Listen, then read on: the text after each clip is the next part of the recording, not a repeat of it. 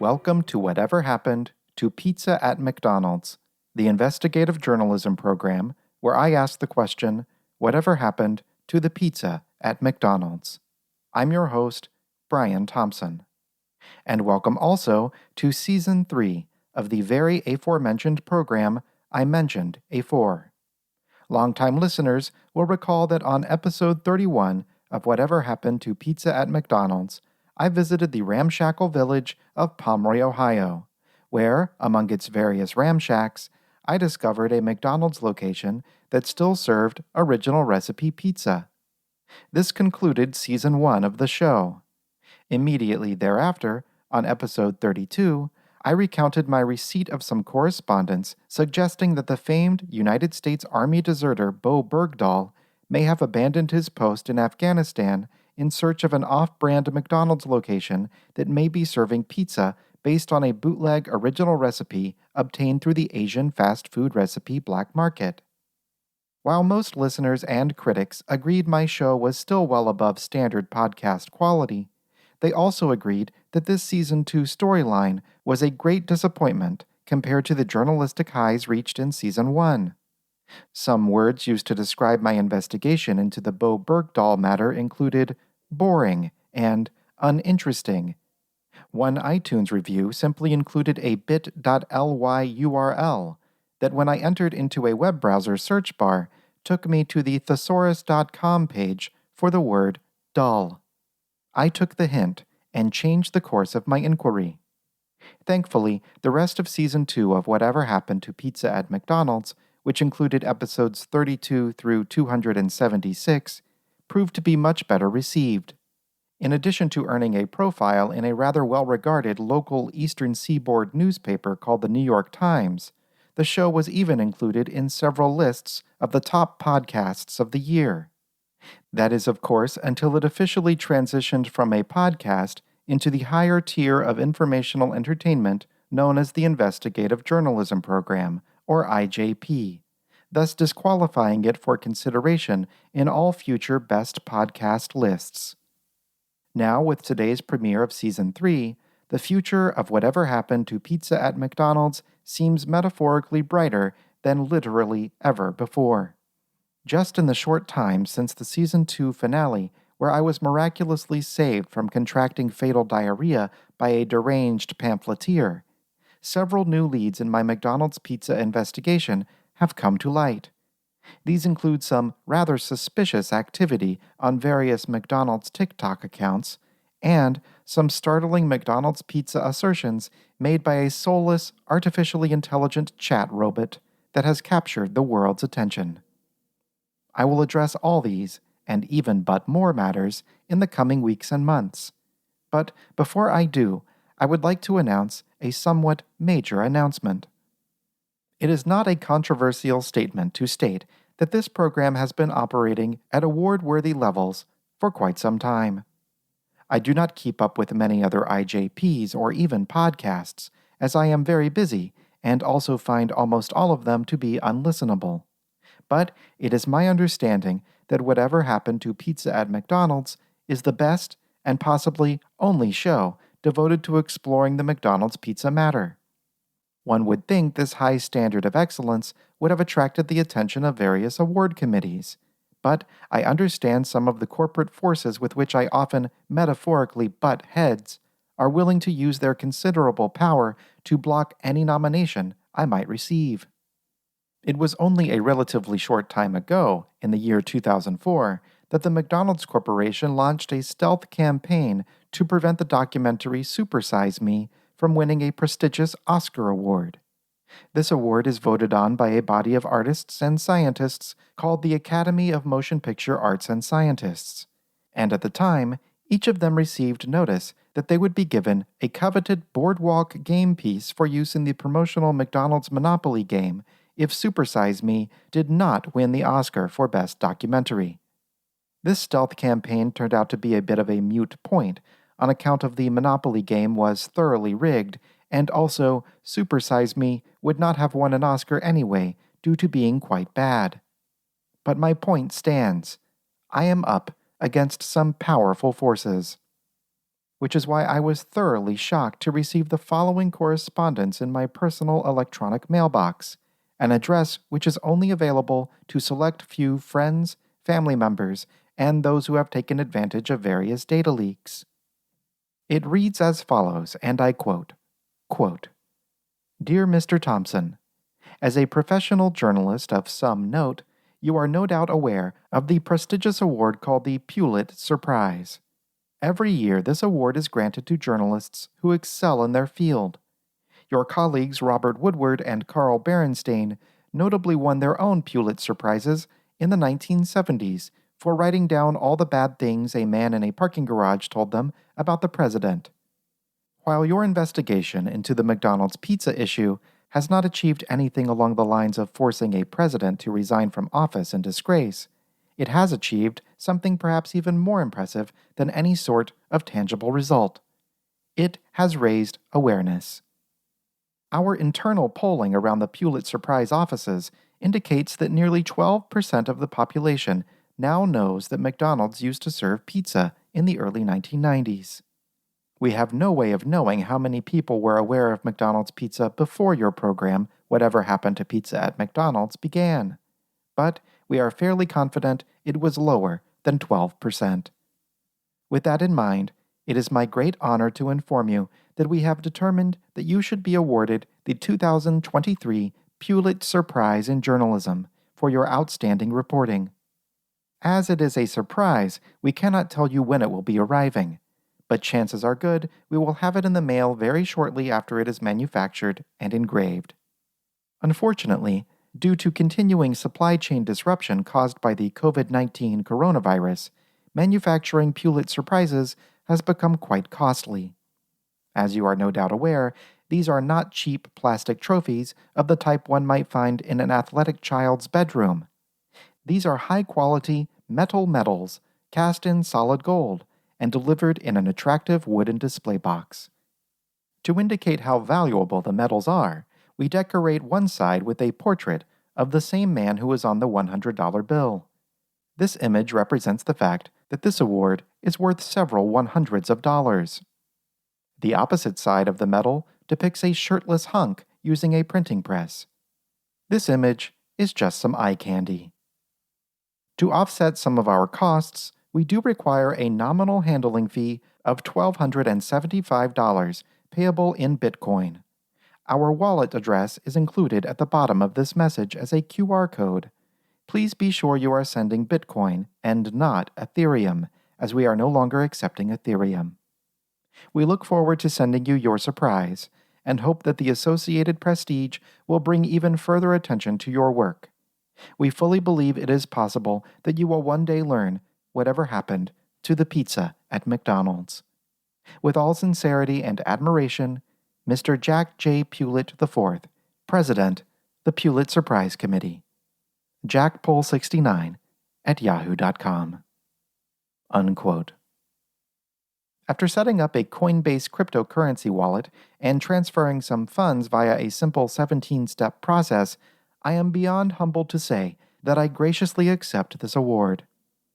I would like to extend my heartfelt thanks to Mr. Pulitt and all the members of the Surprise Committee. I cannot imagine what sort of pressures they faced from nefarious parties bent on my downfall. Or rather, I can imagine these pressures, but would prefer not to, in order to maintain a healthy blood pressure. But now, I have to prepare my home for the arrival of this long well-deserved award. Fund Point Security, may I have your name? Yes, my name is Brian Thompson. Hi, Brian. How may I help you?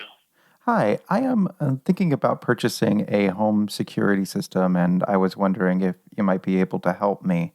The situation is that I'm about to come into possession of a rather priceless artifact. Well, I guess there is a monetary price on it, but sentimentally speaking, somewhat priceless artifact. And I plan on displaying it on a pedestal in my home, perhaps surrounded by protective glass. And I was wondering if I could purchase a simple laser grid system to surround it and possibly some pressure plates, etc. We don't have security system like that. Yeah, it's basically kind of just a typical home security system. So nothing kind of high tech what you're looking for. I see. I see. So no lasers or pressure plates, or do you have anything like a cage that drops down from the ceiling, or maybe even just a simple fabric net? No, not at all. So it's Oh, okay. basically just kind of like sensors on doors, windows, stuff like that. You can basically have a sensor on a case that would trigger an alarm if ever open. But that's about all that it actually does. Well, if the alarm doesn't go off until the case is already opened, isn't it a bit too late?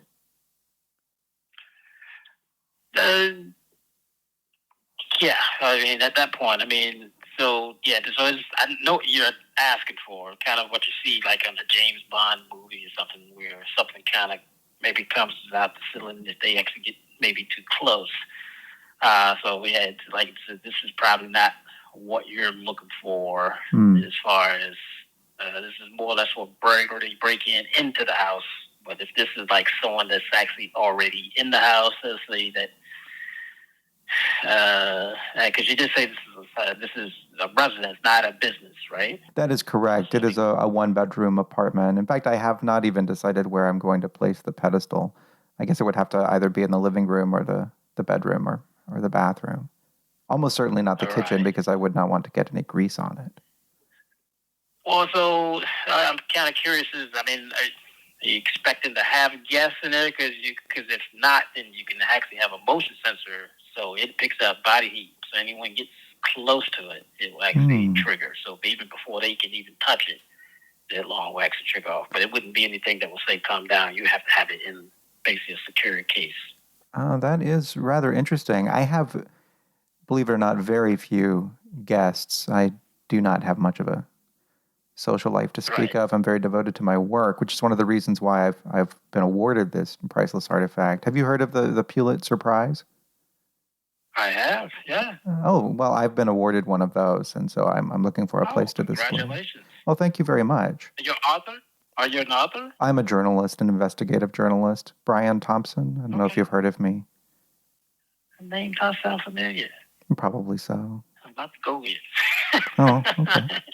Well, anyway, I have come into possession, or I'm about to come into possession of this artifact, and perhaps a motion sensor would do. Like I said, I have very few guests, but like I also said, it is just a one-bedroom apartment, and I do use almost all of the rooms. So is there something that I could do to disguise myself from the motion sensor or the heat detector? Perhaps walk very slowly or ice myself down in the bath or something like that? Not really. So if you have it, because you say it's a one-bedroom, so is this possibly it could be placed in like the living room area, I'm assuming? I guess it could go in one part of the living room, somewhere that I don't normally go. I would be concerned about dust buildup, though, if no one is able to go in there. Would a feather duster set off the alarm if I sort of taped it to a long stick? You can always turn the motion sensor off to dust and then turn it back. Oh, okay. So, turn it off and so forth. You have the capability to turn it off and turn it on at will. So. Okay.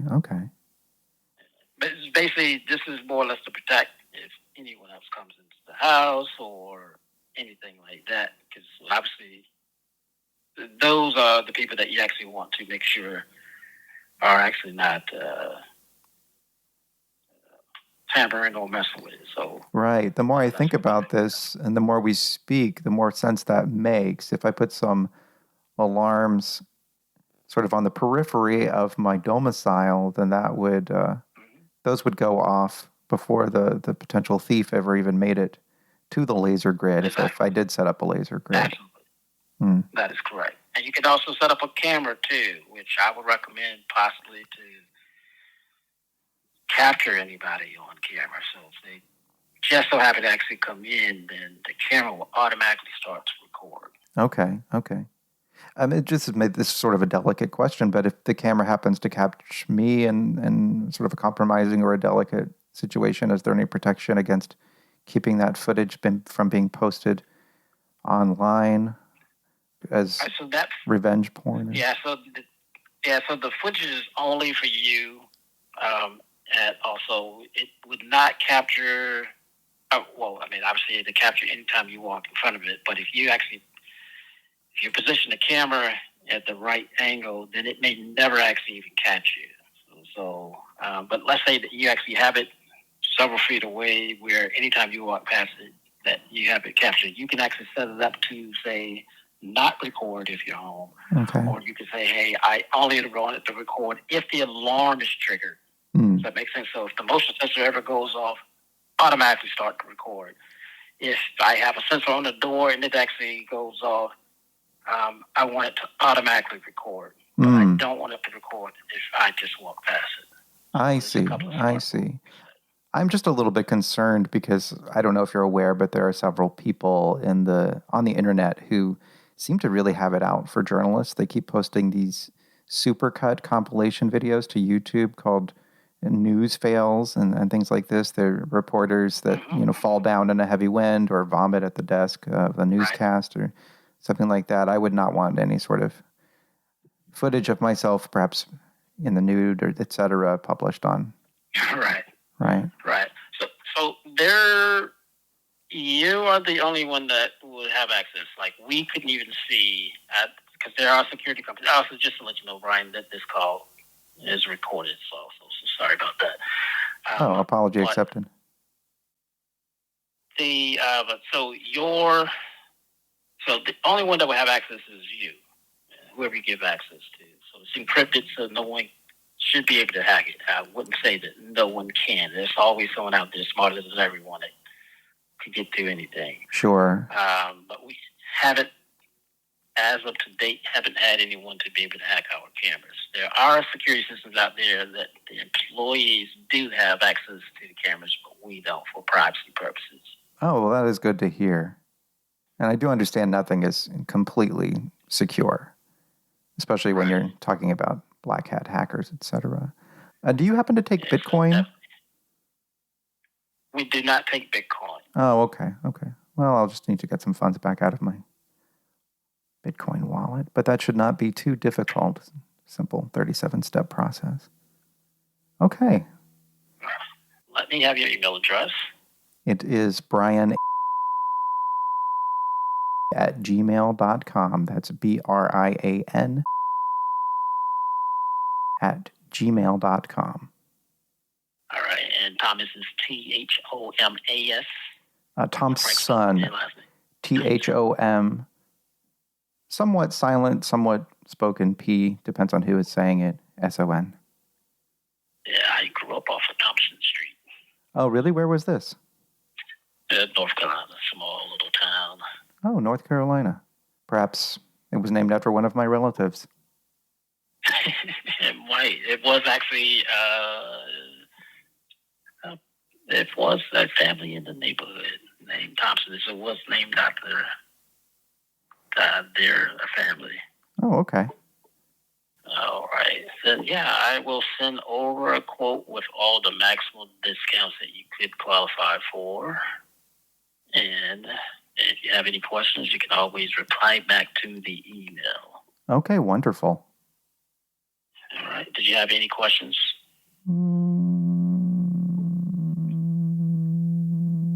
No, I believe that about covers it. All right, sir. All right. Well, have a wonderful evening, and I will talk to you soon. Okay, thank you so much. All right. Take care. Goodbye. Bye-bye. And now, a word from our sponsor. Let us face it, air travel is a mess. You have saved some time at security by paying a fee to prove you will not blow up an airplane. But then you get to the gate and learn your flight has been canceled because the airline forgot their Windows password. What is an air traveler supposed to do? For the vast majority of them, absolutely nothing. But if you are quite wealthy, consider joining Surf Air. For just $3,000 per month, Surf Air gives you, the rich person, an opportunity to charter your own private flights to almost anywhere you would like to flee. No more sitting in cramped first-class seats screaming at your flight attendant that your blanket isn't warm enough. With Surf Air, you can bring your own nanny, groundskeeper, or other household staff to microwave your blankets to your precise specifications. And the best part is that chartering your own private flights with Surf Air is better for the environment somehow. Surf Air. You may have read some stories about how their customers lost over $250,000 in useless membership fees after the company declared bankruptcy. But that was not Surf Air. That was Surf Air Europe. Do you know what happened to pizza at McDonald's? Do you remember it? Please send all correspondence to pizza@mcdonalds@gmail.com. To support the show, please join my Patreon at patreon.com/pizza@mcd's for exclusive benefits. And for more information, including important announcements, useful links, etc., visit pizza@mcdonalds.com. Thank you to my invaluable Patreon producers: David Friedman, Grant Bacon, Isabella Zelaskowski, Jacob Ford, Joe Kajik, Kimberly King, Kyle Tarak, Pam Gabriel, Troy Babs, Will, Andrew Duffy, Andrew Ahmed Johnson Rubin, Billy Jean, Brad Allen Thompson, Felix Dooley, Farrell Housecat, Gerald Lewis, Jay Poop, Calvin Thomas, Kat Resney, Kim Pottlesnick, Laurel Paul, Mel, Mitchell Kordick, Opus Mareshi, and Ryan Guggenmoss. I'm Brian Thompson, investigative journalist.